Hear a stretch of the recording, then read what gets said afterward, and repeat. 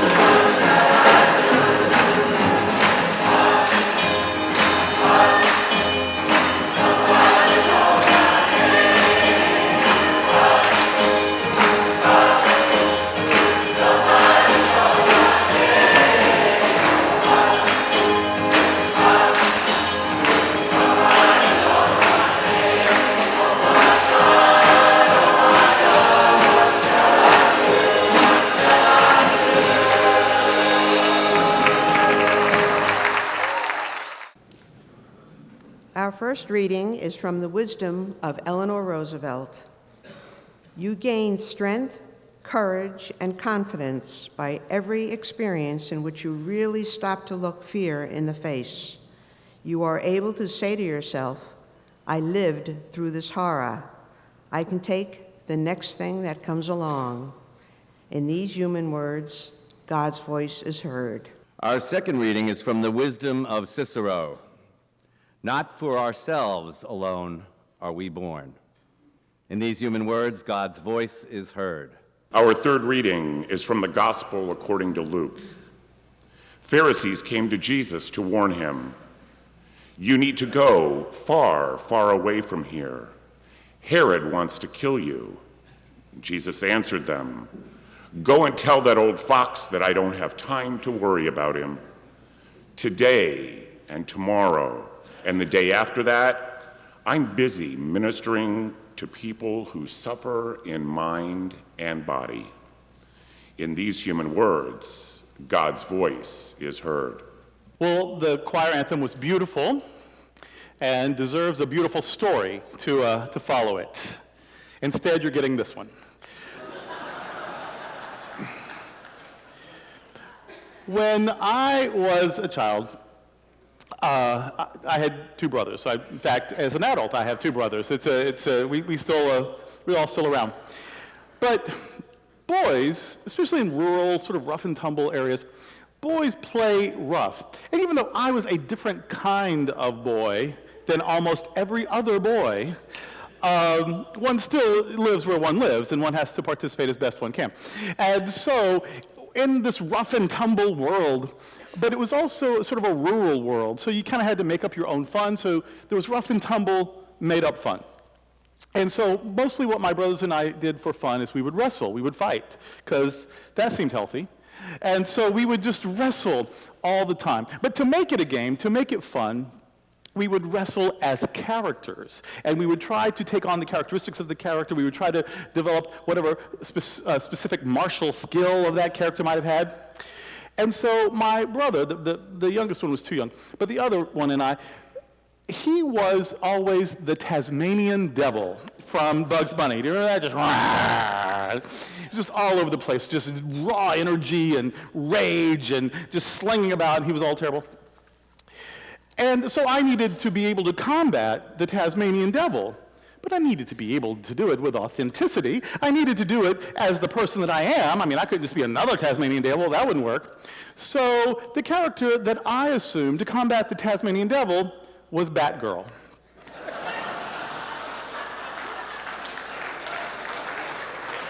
True story. I want a purple Vespa to this day. I'm going to get one. So here comes, the Tasmanian devil, and I just ever so gracefully would deflect the attack with my Batgirl kicks.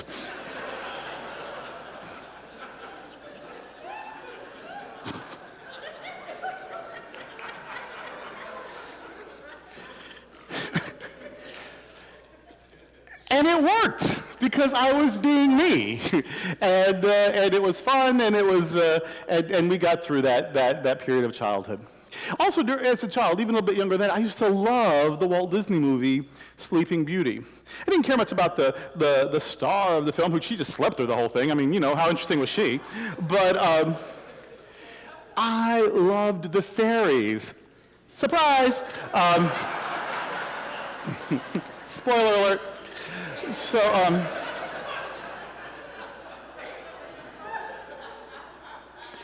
but there were two different kinds of fairies. There were two camps, right? So there was Maleficent, who was kind of evil and mean, and she was aggressive. She would turn into dragons, and she had minions, and she had archers, who'd shoot arrows at you. So she was typically just the warrior, aggressive figure, right? Well, I didn't like her. So, but the other fairies, right, the Flora, Fauna, and Merryweather. I actually got in trouble once in Kmart because there were three women in the Kmart together, three women together, a very tall woman, a medium-sized woman, and a very short, sort of round woman, and they were Mennonites wearing their little headbands, and I screamed out, "Mom, look, it's Flora, Fauna, and Merryweather!" Smack!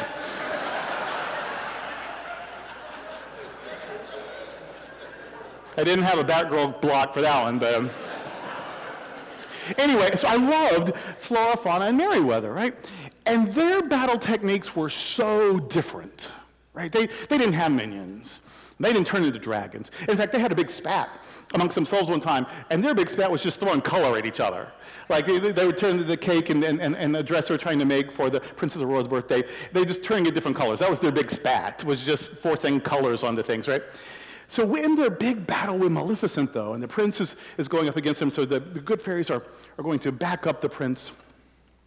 And so the prince is riding up to Maleficent's castle, and the archers start firing arrows at him. And so here are the good fairies. What is their defense?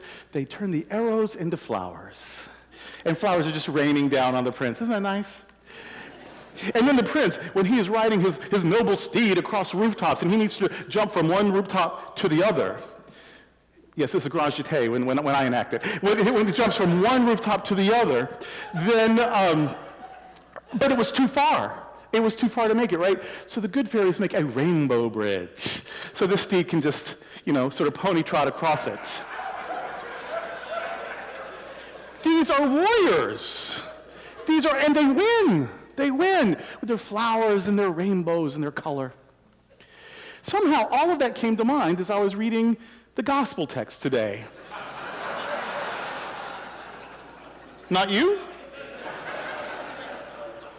Well, now that you've got these images of graceful Batgirl and sweet, kindly good fairies in their battles, hear the gospel again.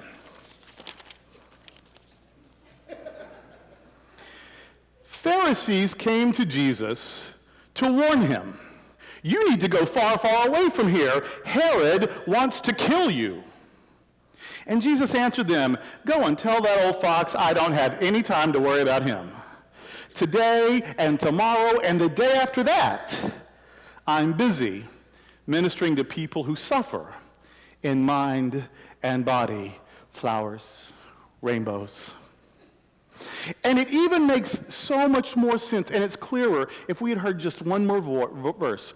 Those were verses 31 and 32. If we had heard verse 34, it would have made that even clearer. So I'm going to read you Luke 13, verse 34.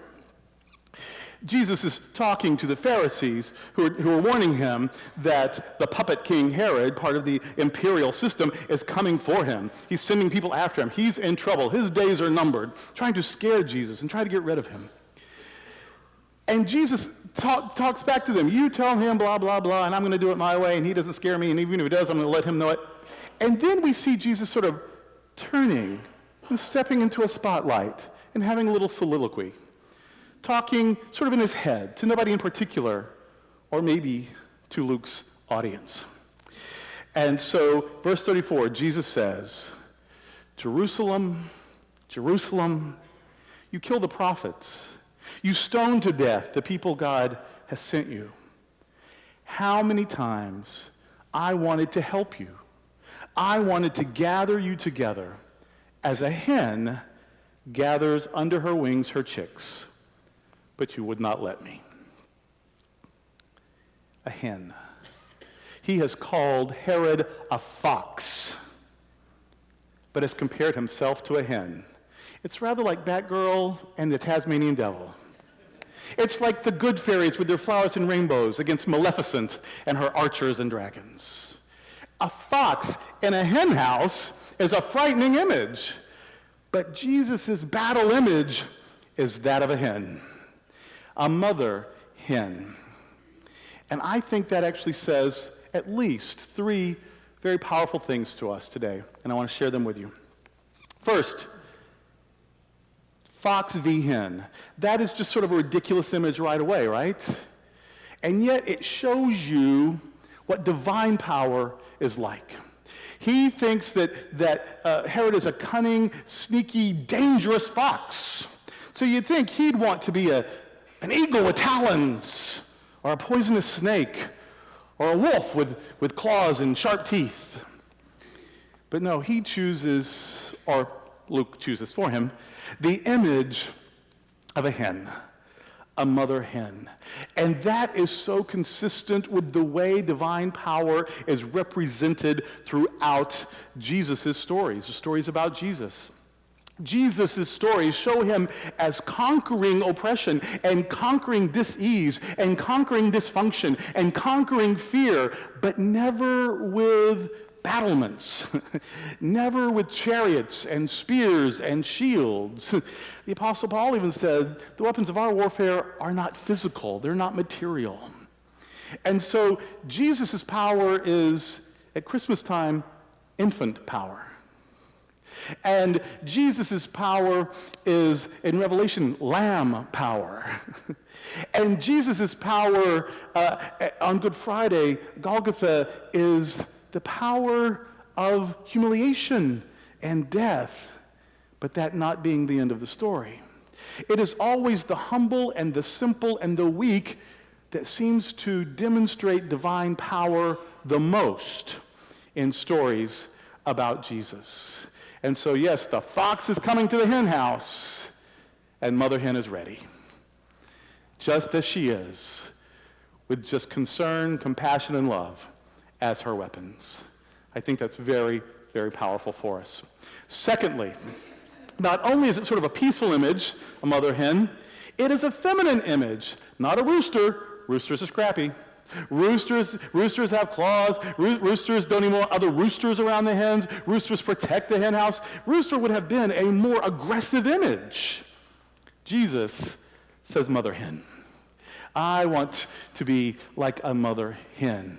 My concern for you is like a mother hen who wants to just gather her chicks and just nurture them and cover them and warm them and love them and feed them and take care of them. That is the power of love, and it is a feminine image.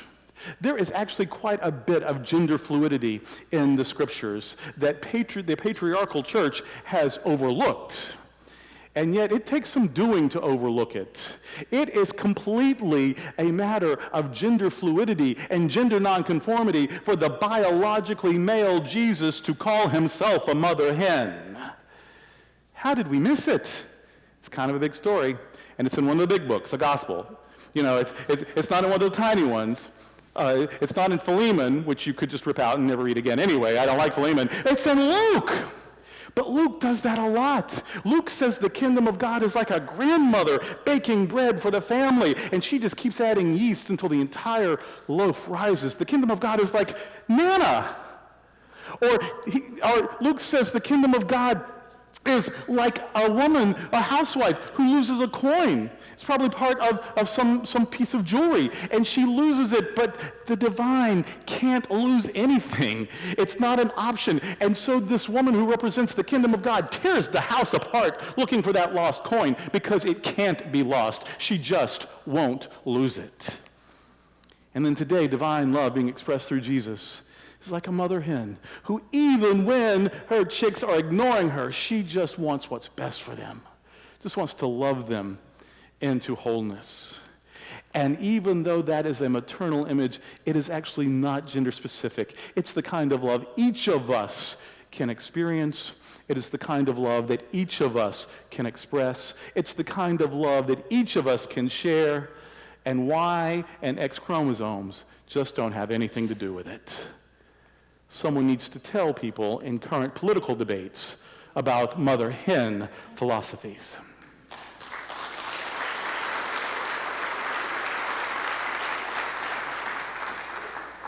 And finally, Jesus is telling this to Jerusalem. Jerusalem means peace.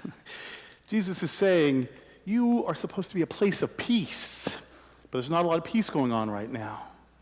You've been invaded, you've been conquered, you've done what oppressed peoples do. You've suffered from oppression, sickness, and taken your frustration and pain out on one another.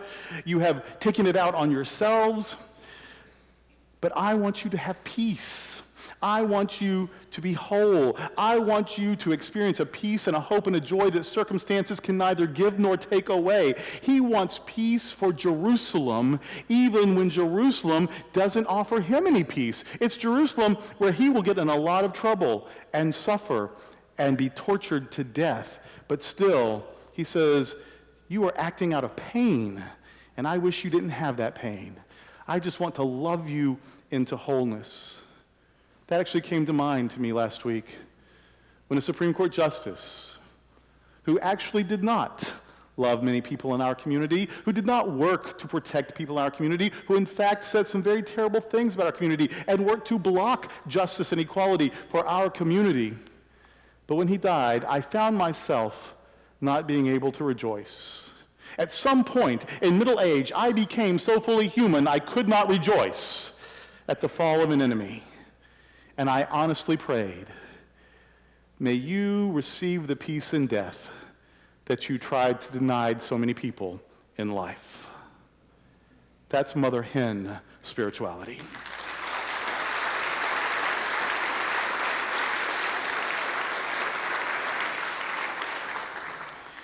What if we could imagine ourselves as Jerusalem today?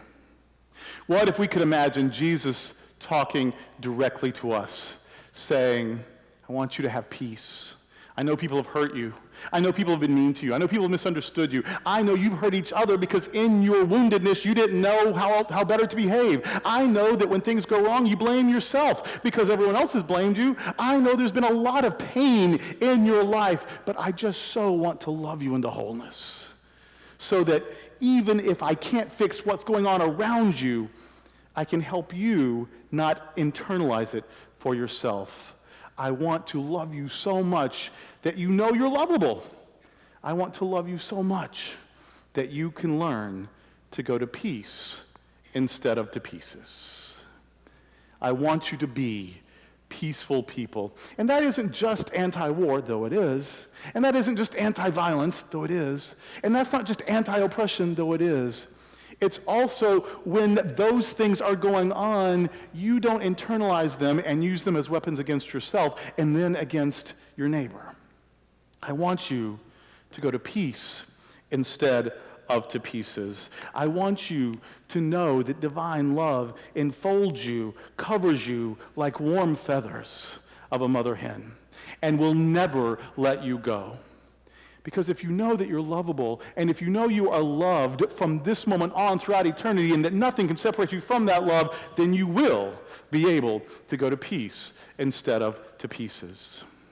And that's what Jesus demonstrates. Herod is coming for you. And he says, that may be, but I'm going to do what I can now. Maybe he shows up the day after tomorrow, but today, tomorrow, and the day after that, I'm doing what I can. I'm doing all the good that I can. I'm working for justice today. I'm working for peace today. I'm working to heal those who have been wounded today. Herod will show up when he does. I'll deal with it when it happens. But I am not going to be afraid of it until then. I've got work to do. I've got to be the love of God in action. And maybe that's how you know peace. Maybe that's how you go to peace instead of to pieces, by saying, yes, people are wishing terrible things on us. People do not respect us. People don't understand us. People are coming for us, and we are not going to let the fear of that keep us from being who we are and loving how we love and doing what we do and being a bright light in a dark world right now and always. Herod can come, but that's not going to change who we are or how we live our lives. We are going to go to peace instead of to pieces. Who is Herod? Who is Herod? Maybe Herod is that anemic bank account. Anyone ever had one of those? No, Durrell, just you. You're the one who worked for Jesus. Okay, that's true. But for those of you who made better career choices, maybe you don't know, but some of us know what it's like to have an anemic bank account. And we can do what Jesus did. We can send word to Herod, you can do your worst, but you cannot make me be afraid. And so we can say, I will get through this. Herod can take a lot from me, but Herod cannot rob me of my hope, my determination, or my peace of mind. Maybe Herod comes in the form of a diagnosis. Oh, those can be scary. The person in the white coat gives you bad news. Oh, it just seems like the sky is falling. But we can send word to Herod, okay, maybe you're all that, maybe you're bad and all, but you cannot make me be afraid. I am going to live fully for as long as I live. I can face this, and I can face it with grace. I can even overcome it, but come what may, I can face it and have peace throughout. I can go to peace instead of to pieces. Herod can take a lot from me, but Herod cannot take my hope, cannot take my determination, and cannot take my peace of mind. And maybe Herod are political threats. Maybe Herod is that threat, saying, I will overturn decisions that made you full and equal citizens. I will change the Constitution to marginalize you and make you second-class citizens again. I will make sure that we are invasive into your life to the point where we will even tell you where you can use the bathroom. Maybe there are political threats coming against us, and we can say, we can't control all that. We'll do our part, but we can't control all that. The pendulum swings left and right. It will be one way and then the other, but we are not waiting for things to turn out our way for us to have peace of mind. Herod can do a lot of bad things, but Herod cannot take my hope. Herod cannot take my determination, and Herod cannot take my peace of mind. My sacred value is not up for a vote today, tomorrow, or the day after that.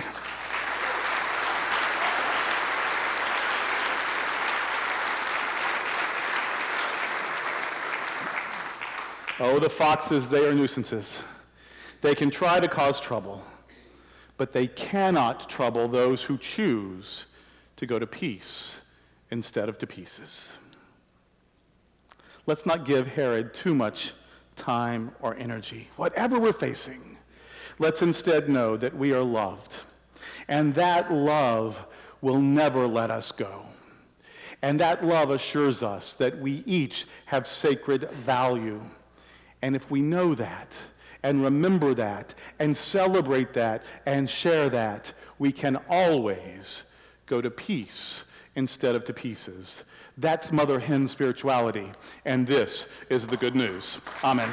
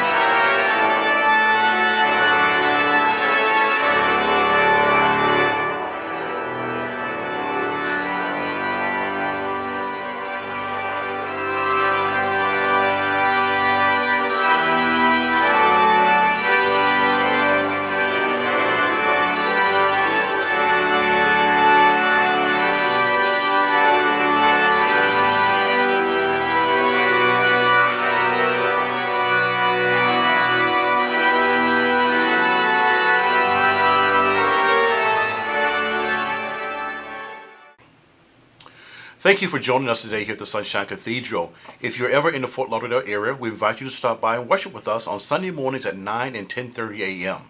If you'd like to make a donation to the Sunshine Cathedral, or if you'd like to find out other resources that the Cathedral has to offer, please visit us at www.sunshinecathedral.org.